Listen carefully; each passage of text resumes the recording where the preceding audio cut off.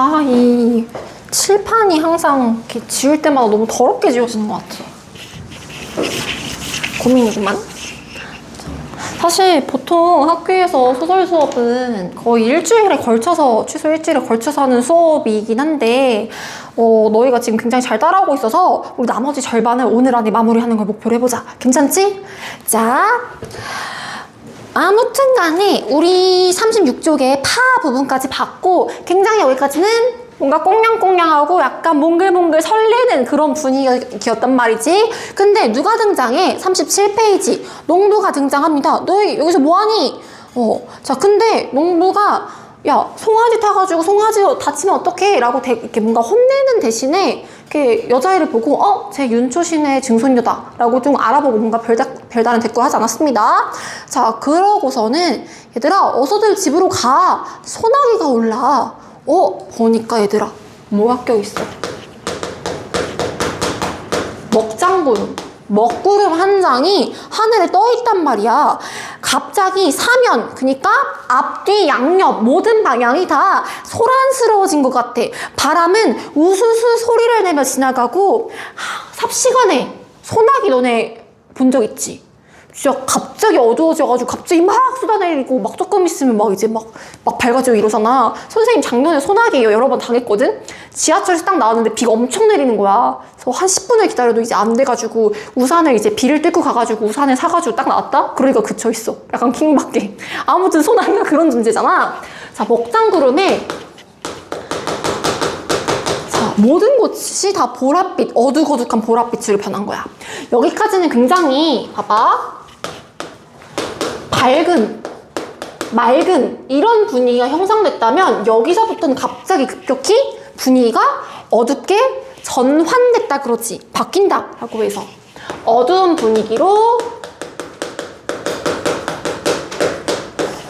전환되었다. 요 부분부터야.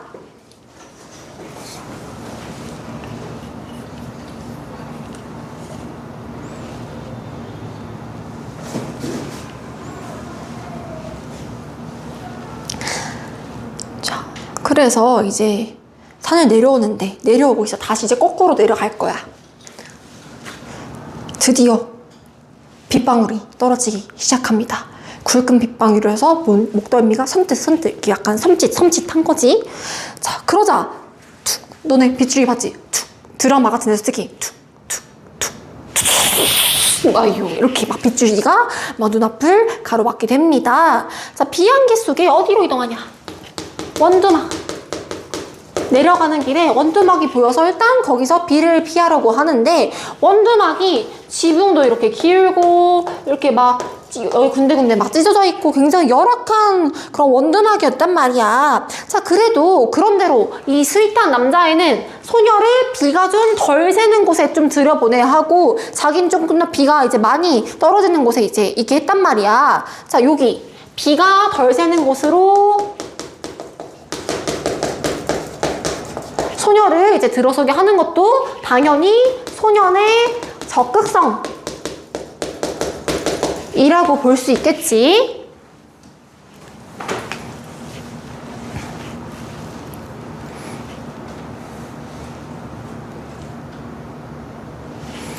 자, 우리 소녀는 입술이 굉장히 파랗게 질려 있었고 어깨를 자꾸 떨었대. 너희 맨몸에 비 맞아본 적 있어? 생각보다 꽤 춥다? 네, 너희 이미 알긴 알겠지만 얘는 유독 입술을 더 파래지고 어깨를 자꾸 떤 거야. 뭔가 느낌이 쎄하지 않니? 이게 툭 하면 되게 아픈 앤가? 라는 걸 슬슬 우리가 떠올릴 수 있게 하지. 그래도 볼래? 무명 겹돌거리를 벗어서 소녀의 어깨를 싸주었대. 소년이 이렇게 덮어주면 이제 잠갔고 가만히 있었대. 그러면서 안고 온 꽃묶음 속에서 가지가 꺾이고 일그러진 송이를 골라서 발밑에 버린대. 얘들아, 그 우리 결말을 암시하는 요소를 두 글자로 뭐라고 하지? 요가냐? 독선이라는 말 들어본 적 있어? 뭔가 밑밥 간다고 하잖아, 얘들아. 떡밥. 밑밥, 효소위 요즘 말로는 그렇게 하지만 원래 그 뭔가 결말을 암시하는 요소들을 두 글자로 복선이라고 해. 너희는 이미 결말을 대충 알고 있지? 그럼 결말을 알고 있는 입장에서 사실 이 보랏빛이라든지 소녀가 덜덜덜덜 새파랗게 질려가지고 덜덜덜덜덜 몸을 떨는 부분이라든지 그리고 또 뭐가 있어? 가지가 꺾이고 꽃이 일그러진 송이 이거 아까 소년이 이 소녀를 꽃묶음 같다고 생각했었는데 하필 얘가 가지가 꺾이고 꽃이 막 일그러졌다 그랬잖아.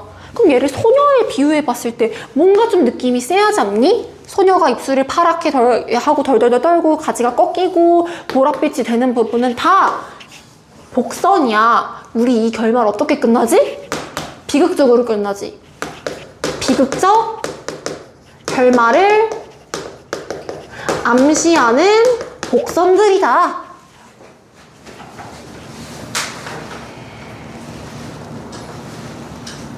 라고 보면 되겠습니다.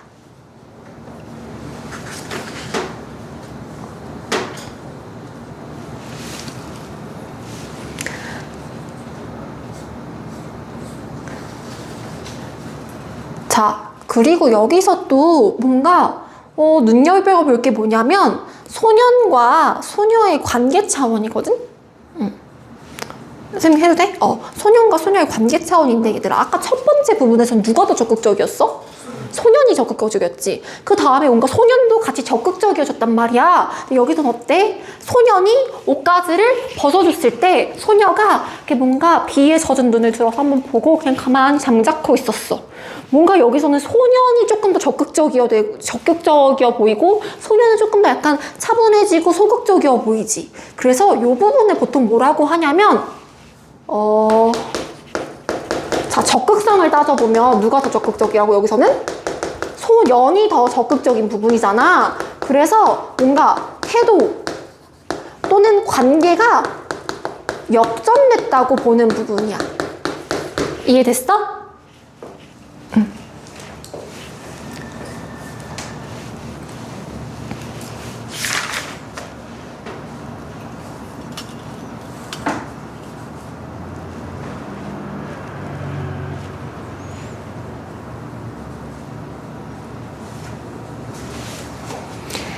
여기까지 하면은 뒷장으로 넘어가 보세요.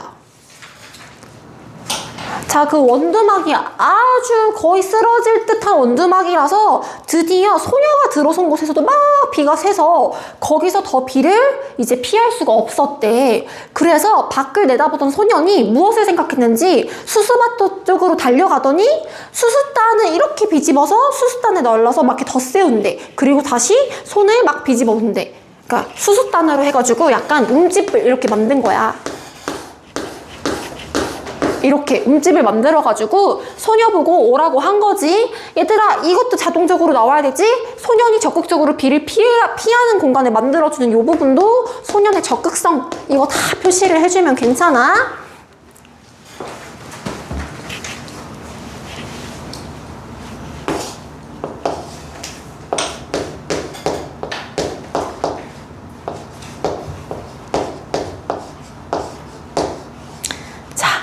처음엔 굉장히 그래도 그 임시로 수수단 세워가지고 속 이렇게 터놓은 거니까 좁잖아. 그래서 남자애가 굉장히 매너가 있어서 처음엔 이제 여자애만 옆에 이렇게 들어가게 해놓고 자기는 그 비 맞는 곳에 덜덜덜덜 떨고 있었어. 그러니까 소녀가 이제 그 추우니까 체온에서 이제 막 김이 막 올라오잖아. 막 바깥은 차갑고 여기는 뜨겁고 하니까. 그래서 여자애가 너도 들어와 라고 손짓해서 이 남자애도 같이 이렇게 나란히 앉아서 비를 피하게 됩니다. 자, 그 바람에 봐봐. 소녀가 다시 들어와 앉으라고 해서 이렇게 움집이 이렇게 있었으면은 남자가 이렇게 앉았고 여자애가 들어와 이렇게 해서 이게 또 이 상태로 이렇게 뒷걸음질 쳐가지고 여기 수수단에 들어온 거야. 그 바람에 뭐가 우러졌어? 아까 꽃묶음 맞아. 막 도라지꽃 이런 거 하나로 묶어가지고 꽃묶음을 만들었잖아. 얘가 우그러진 거야.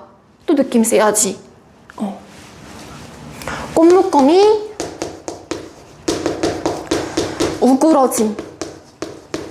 자, 이것도 비극적 결말이니까 선생님이 이제 효준이랑 약속한 게 있는데, 긍정적인 요소는 동그라미, 부정적인 요소는 세모로 보통 표시하거든? 이런 거 지금 다 부정적인 결말이니까, 결말 암시니까, 이것도 비극적 곡선 세모 표시로 하겠습니다. 자, 근데 이런 부분이 이제 전지적 작가 시점의 특징이지, 소녀는 그래도 상관이 없다고 생각했대. 소녀의 직접적인 마음을 드러내고 있지. 왜? 소년과 같이 있으니까 상관없다고 생각했나 봐. 그치? 도리어 소년의 몸 기운으로 해서 몸이 이렇게 막 덜덜덜 떨렸는데 그게 많이 누그러지는 느낌이 어때? 추울 때 이제 이렇게 재난 영화 같은 거 보면 이제 맨살 이렇게 맞대고 있잖아. 그렇게 해서 조금씩 추위를 피하고 그럴 수가 있었나 봐. 자, 드디어 소란하던 수수잎 소리가 뚝 하고 그쳤대. 밖이 말갛게 됐대. 비가 그친 거야. 자, 멀지 않은 앞쪽에 햇빛이 눈부시게 내리붙고 있었대요. 자, 그래서 다시 내려와야 되잖아. 내려와서 어디로 내려왔냐면 도랑으로 내려왔는데, 얘들아, 도랑이 이제 물 고인 곳이잖아. 비가 억수로 쏟아졌어. 그러면 수면이 올라가겠지. 자, 이 여자애가 건너기에는 너무 이렇게 올라가 있었으니까 소년이 등을 돌려댔대. 어머나. 자, 여기 부분에 다시 써도 될까? 자, 소년이 업이라고 했어. 여자애가 순순히 업혔어. 자, 여기도 어때? 소년은 어떻게 됐어? 굉장히 적극적이었었어. 근데 소년은 순순히 업혀서 그러고 있잖아. 소년은 상대적으로 조금 더 뭔가 소극적이어졌어. 여기도 뭔가 태도가 반전된 부분이야. 역전된 부분. 자, 걷어올린 소년의 잠방이 여기 종아리 여기까지 물이 막 올라왔어. 소년은 어머나 소리를 지르며 소년의 목을 끌어안았어. 개가에 다다르기 전에 가을 하늘은 언제 그랬는가 싶게 구름 한 점 없이 쪽빛으로 개어 있었대. 자, 이 배경도 뭔가 둘의 분위기를 묘사하는데 한몫하지. 아까 먹구름이 막 끼어가지고 덜덜덜 그러고 있었다가 마침내 비가 개니까 가을 하늘이 아주 짙고 푸르게 맑게 개어 있었어. 아무래도 덫이 여자이고 몸도 역하고 좀 곱디 컸을 거 아니야. 얘는 뭔가 이제 맨몸으로 물 건너는 거 힘들었을 거고, 농촌 남자애는 업혀 하면서 이제 이렇게 업혀 있고, 어때? 이렇게 뭔가 그래도 나름 뭔가 순수하고 몽글몽글하지 않니? 그치? 맑게 갠 가을 하늘의 이런 분위기는 뭔가를 상징한다기까지는 아니지만 둘의 어떤 순수한 사랑을 어떤 순수한 사랑을 강조하는 분위기가 형성된다 라고 보면 괜찮을 것 같아. 쪽빛으로 개어 있었어.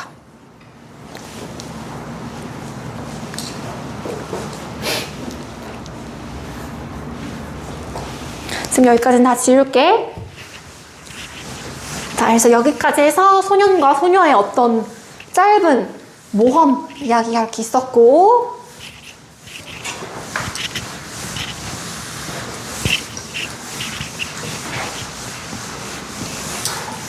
자, 그러면 이렇게 둘이 가까워졌으니까 앞으로 꽁냥꽁냥할 일만 남았나 싶었더니 39쪽 볼래? 그 다음날은 소녀의 모습이 안 보였대. 다음날도 매일같이 개울가로 달려와 봐도 소녀의 모습이 보이지 않았대. 볼까요? 보이지 않았어 하고 끝일 수도 있겠지만, 다음날도 매일같이 나와봐도 보이지 않았다는 건 그만큼 소녀를 기다리고 있었다는 거지. 소년의 기다림, 그리움을 우리가 추측해 볼 수 있는 그런 부분이고, 그 뒤도 쭉 마찬가지라고 생각해도 돼. 학교는 또 같은 학교였나 봐. 쉬는 시간에 운동장을 살피기도 했고 남몰래 5학년 여자반을 엿보기도 했대. 여기서 이제 얘네 12살이구나를 알 수가 있어. 어때? 이거 다 그러나 보이지 않았다. 다 이거 소년의 기다림, 그리움인 거야. 자, 그날도 주머니 속 흰 조약돌만 만지작거리며, 이것도 다 소년의 기다림과 그리움인 거야. 자, 이쯤에서 상징의 특징 한 번만 더 언급해주고 갈게. 자, 상징이라는 것은 하나의 보조관념이 두 개 이상 여러 가지의 원관념을 나타낼 수 있고, 그리고 보조관념은 보통 구체적인 건데 원관념은 추상적인 게 이 상징의 어떤 개념이라고 했지 않니? 자, 흰 조약돌은 아까 첫 번째 소년에 대한 관심이었고,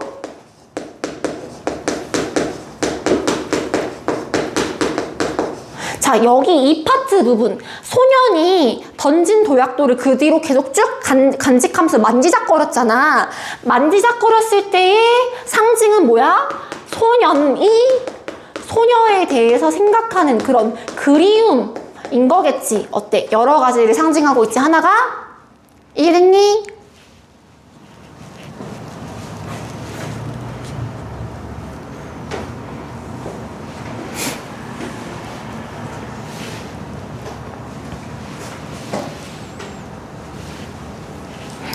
자, 드디어 소녀가 앉아 있었어.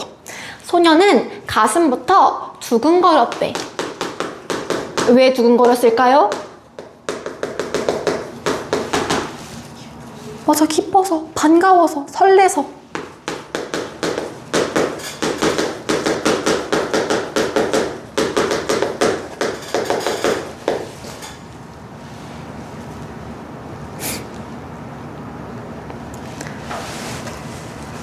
필기 다 했어. 효순이 전에 놓친 부분 있어? 없어?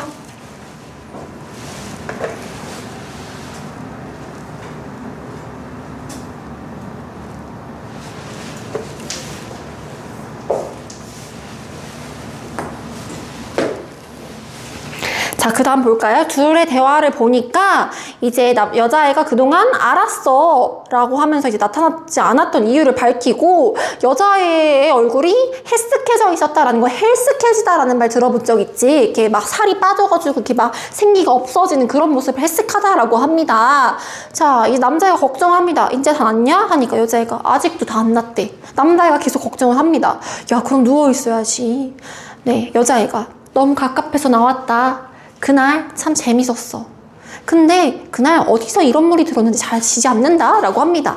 뭐 갑갑해서 나온 게 진짜 갑갑해서일 수도 있고, 사실 얘도 남자애가 보고 싶었을 수도 있고, 그렇지. 자, 그런데 이 분홍 스웨터에, 아, 선생님이 하필 지금 분홍색 분필이 없는데, 분홍 스웨터 앞자락에 보니까 검붉은 진흙물이 들어있었대.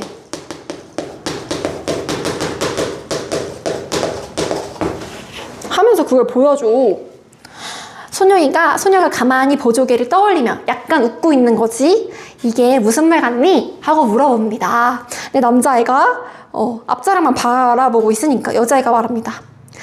그날 도랑 건널 때 내게 엎인 일이 있지. 그때 네 등 뒤에서 울문물이다 하니까 소년의 얼굴이 확 달아올랐대. 좀 부끄러웠겠지. 자, 일단 왜 뭔가 내가 뭔가 꼬질꼬질한 상태에서 애를 엎이니까 그 꼬질꼬질함이 옮은 건가 하고 약간 되게 막 부끄러웠겠지. 그리고 두 번째는 뭐야? 꼭 그게 아니더라도 아직 되게 어리고 좀 수줍은 남자애들, 여자애들이잖아. 특히 남자애는 더 수줍잖아. 그때 그 업은 일이 뭔가 확 떠오르면서 뭔가 부끄러웠겠지. 아무튼 간에 부끄러운 거야. 그 소녀는 얼굴이 확 달아오름을 느꼈다. 이건 부끄러운 거야. 그러니까 왜 부끄럽냐? 그냥 소녀를 업었던 일 자체가 수줍은 거고, 그 깨끗한 도시 서울 여자애한테서 나의 꼬질꼬질한 물을 옮기다니 참 수치스럽다. 약간 이런 느낌일 수도 있겠지? 꼬질꼬질. 그냥 이 정도로만 쓸게요, 얘들아. 꼬질꼬질. 꼬질꼬질이 부끄러웠어.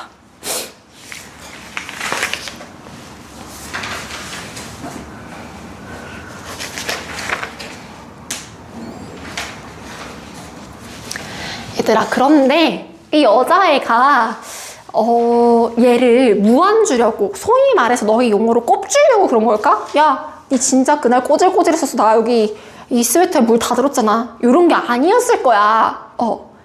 사실 소녀는 그때도 그 비가 딱 왔을 때 냄새, 그 소년의 어떤 그 냄새라든지 이런 게 확고에 키얹었었어도 그런 건 상관하지 않았던 애란 말이야. 그치? 자, 이때 검붉은 진흙물을 보면서 얘는 좋아하는 쪽이었어.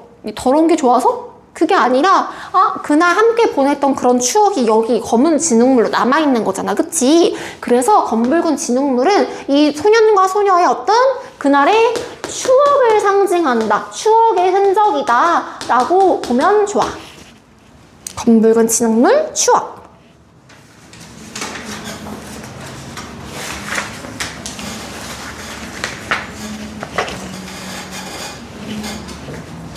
자, 이날도 이제 같이 시간을 보내고 아까 봤던 갈림길이 등장을 합니다. 갈림길에서 헤어질 건가 봐. 갈림길이 나왔는데 소녀가 소년에게 무엇을 주냐면 우리 집에서 대추를 땄는데 내일 제사 지내려고 대추 땄어 하면서 대추 한 줌을 내어줍니다. 그러면서 이거 아주 달아. 그리고 알도 참 굵어 하면서 이렇게 줍니다. 소녀는 두 손을 오그러 내밀며 참 알도 굵다 라고 하는 거 소녀는 대답이네. 아무튼 다시 정리를 하자면 여자애가 이거 우리 중조 할아버지가 심었다는데 제사 지내려고 땄어. 되게 달아 하니까 남자애가 이렇게 이제 받으면서 참 알도 굵다 이러면서 대답하고 있는 부분이지. 자, 그리고 그럼 이때 소녀가 소년한테 대추를 왜 준 거야? 좋아하니까. 애정의 표현인 거지. 자, 그런데 소녀가 어떤 안타까운 소식을 전해주냐. 제사 지내고 나서 조금 있다 집을 내주게 됐대. 이사하게 된 거야. 자, 사실 남자애는 알고 있었어. 소년애가 이사해 오기 전에 벌써 어른들의 이야기를 들어서 윤초신의 손자가 서울서 사업에 실패해가지고 고향에 돌아오지 않을 수 없게 됐다는 것까지는 알고 있었어.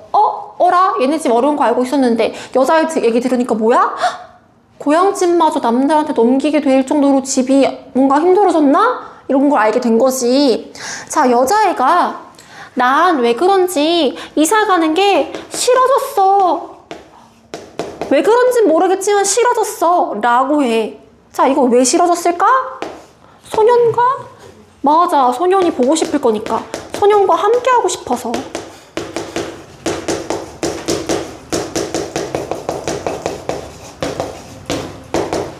소년과 함께 하고 싶어서. 여준이 왜 그래?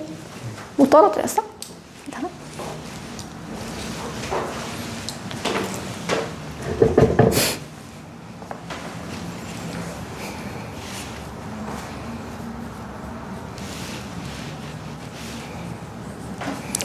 자, 소녀와 헤어져 들어가는 길에 소녀는 혼자 속으로 소녀가 이사 간다는 말을 수없이 되뇌어 보았대. 자, 봐봐라. 뭐 그리 안타까울 것도 서러울 것도 없었다. 그렇건만 소녀는 지금 자기가 씹고 있는 대추알의 단맛을 모르고 있었대. 봐봐. 말로는 속으로는 안타까울 게 뭐 있어, 서러울 것도 뭐 있어 하는데 막상 대추를 먹는데 그게 무슨 맛인지도 모르고 먹는 거야. 얘 지금 어때? 굉장히 충격 상태인 거지. 자, 그러면 소년이 이제 안타까울 것도 서러울 것도 없었다. 이 부분은 뭐야? 사실상 굉장히 안타깝고 서럽다는 거지. 반어적 표현이다 라고 보면 돼. 대추알이 단맛이 나는지 어쨌는지 대추알 맛을 몰라? 지금 굉장히 소녀가 떠난다는 소식에 충격을 받은 거야. 슬픔.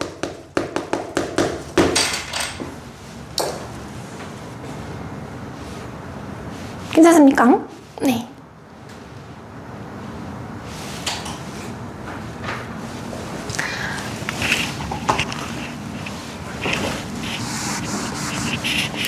이날 밤 소녀는 가만히 있을 수가 없었나 봐.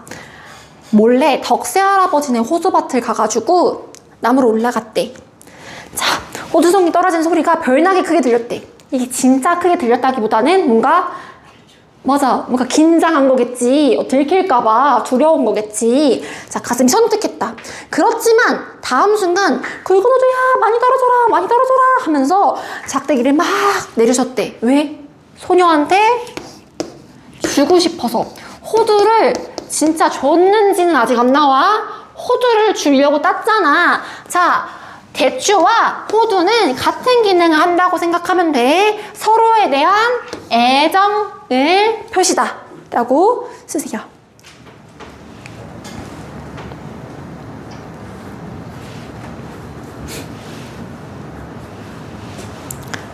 자, 봐봐. 그 뒷부분에 그런 서술이 나오잖아.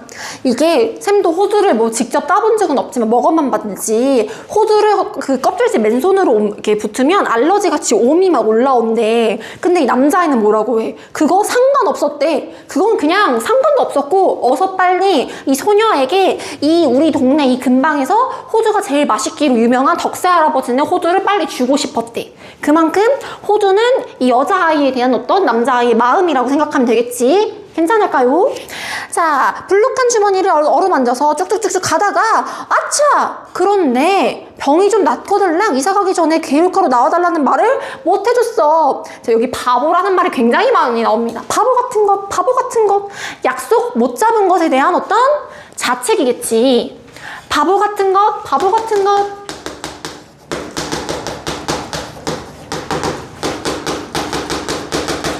약속 잡지 못한 자책.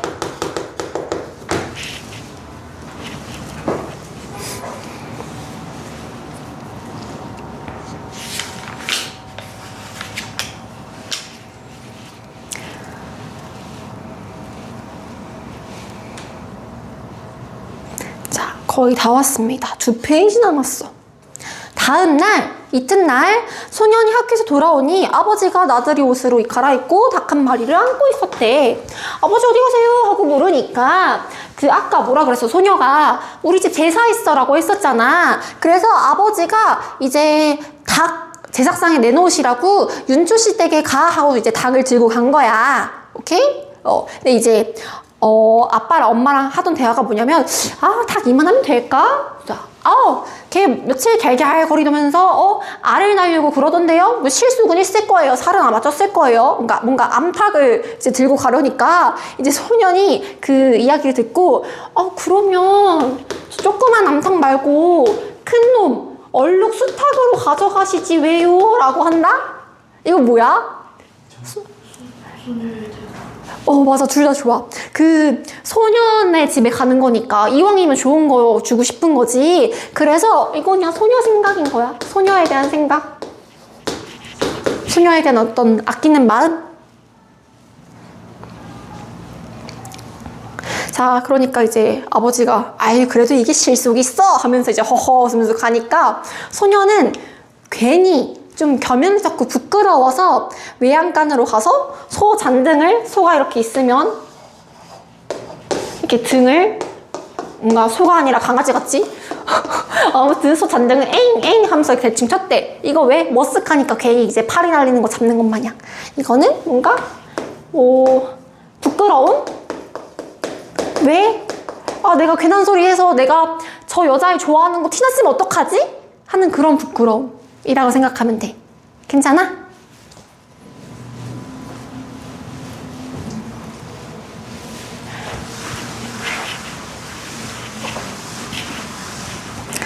자, 선생님이 발단, 전개, 절정, 위기, 결말을 짚어주진 않았지만 일일이 짚어주진 않았지만 교과서에 표시가 되어 있기도 하고, 자, 위기와 절정 같은 경우에는 둘이 꽁냥꽁냥 하다가 비가 내리고 비를 피하고 이제 나 곧 이사가 하는 그 부분이야. 드디어 마지막 결말 부분이 나왔어. 게을물은 날로 여물어 갔다. 볼까요?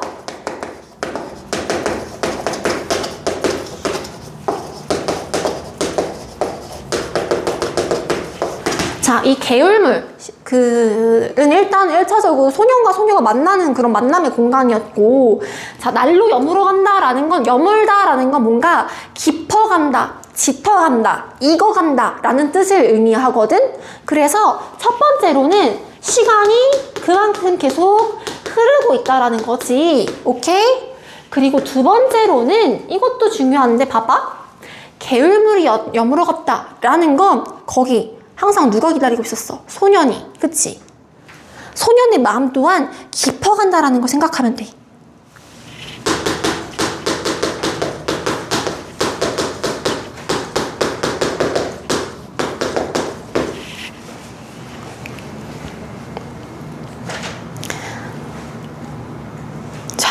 드디어 이사 전날이 왔어. 소녀의 이사 전날이. 소녀는 저도 모르게 주머니 속 호두알을 만지작거리면서 호두알 만지자 다른 한 손으로는 갈꽃을 한없이 휘어서 꺾고 있었대. 이거 다시 무슨 감정? 소년의 그리움.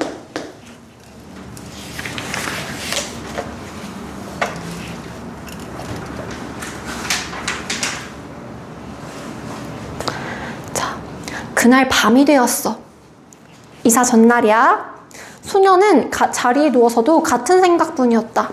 내일 소녀네가 이사하는 걸 가보나 어쩌나, 가면 소녀를 보게 될까 어떨까 하면서 까무룩하고 잠이 들었는데 참 세상 일도 하면서 아버지가 얘기하는 소리에 깼단 말이지. 윤초시 댁도 말이 아니여. 그 많던 농가밭을 다 팔아버리고 대대로 살아오던 집마저 남의 손에 넘기더니 또 악상까지 당하는 걸 보면 아버지의 말에 깨게 됐어.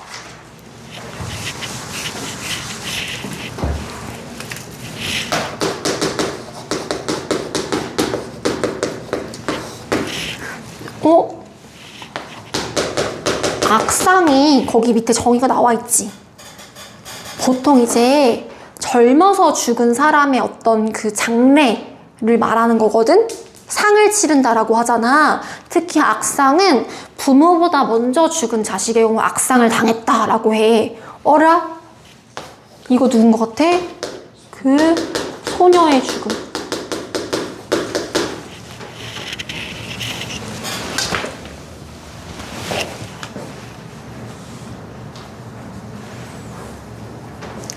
자, 어머니가 그 증손이라고는 그 계집애 그의 하나뿐이었지요. 소녀를 얘기하는 거겠지. 그렇지. 아빠가 사내에 둘이 있던 건 어려서였고 엄마가 어쩌면 그렇게 자식복이 없을까. 자, 마지막 아빠. 글쎄 말이지. 이번엔 꽤 여러 날 앓는 것도 약도 변변히 못 써봤다고. 어때? 꽤 여러 날 앓는 것. 지금 소녀가 알타가 죽었구나라는 걸 아빠 말을 통해서 알고 있는 거야. 알 수 있는 거야. 소녀가 알타가 죽었어.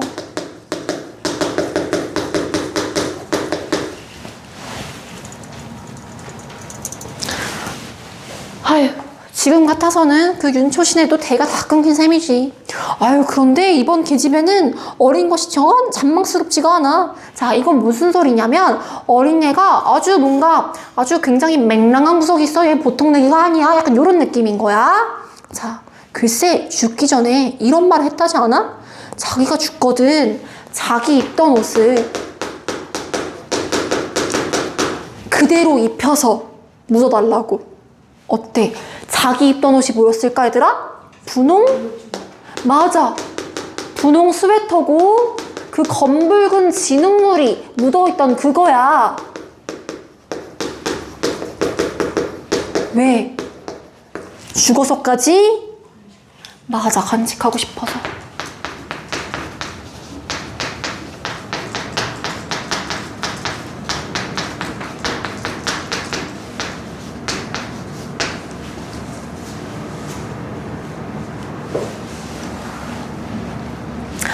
이 결말이 이 소설의 굉장히 하이라이트 부분이거든 얘들아. 그 밑에 그 결말 처리 방식의 특성이라고 나와 있는 거 보이니? 보여? 자, 이 비극적인 결말은 물론 마음이 너무 아프지만 그래도 그만큼 순수했고 짧았던 그런 사랑을 강조하는 효과가 있을 것이고. 자, 두 번째 봐봐. 소년이 부모님의 대화를 통해서 간접적으로 알게 되었잖니. 그치? 그래서 소년이 그 뒤에 막 엉엉 울었다든지 뭐 그런 요소가 나오지 않아. 그 소년의 감정을 절제해서 나타내게 되는 것은 오히려 주제를 강조하는 효과가 있어요. 오히려 여운을 남기잖아. 그치? 말줄임표 이런 것들도 다 마찬가지야. 오케이? 독자한테 하는 충격과 그리고 그 소년이 뭔가 더 마음 아팠겠다는 그런 여운도 주고 둘의 사랑에 대한 그런 여운을 주는 게 바로 이 마지막 부분의 그런 핵심이고, 쌤이 아까 전지적 시점 얘기했었잖아. 우리 그동안 앞에서는 소년의 마음이 어땠는지 소녀의 생각이 어땠는지를 작가 서술자의 시점을 통해서 우리가 알 수 있었지. 근데 마지막 부분은 그 누군가의 말을 통해서 전해 듣는 방식인 거잖아. 그래서 여기가 독특해. 그러니까 3인칭 관찰자야! 라고 보기는 애매하지만 남의 말을 통해서 전해 듣는 파트처럼 구성되어 있어서 전반적으로 전지적 작가가 시점이 맞는데 여기는 되게 3인칭 관찰자 시점에서 서술한 것처럼 나와 있어. 왜 그런지, 무슨 말인지 이해됐어? 여기 조금 독특한 포인트야. 괜찮아? 굉장히 아름답고 순수하고 애달픈 사랑 이야기였다. 그래서 여기까지 소나기의 내용 설명은 끝났고요. 숙제를 안내를 해드리도록 하겠습니다. 일단 영상을 좀 끌게. 숙제를 안내를 하자면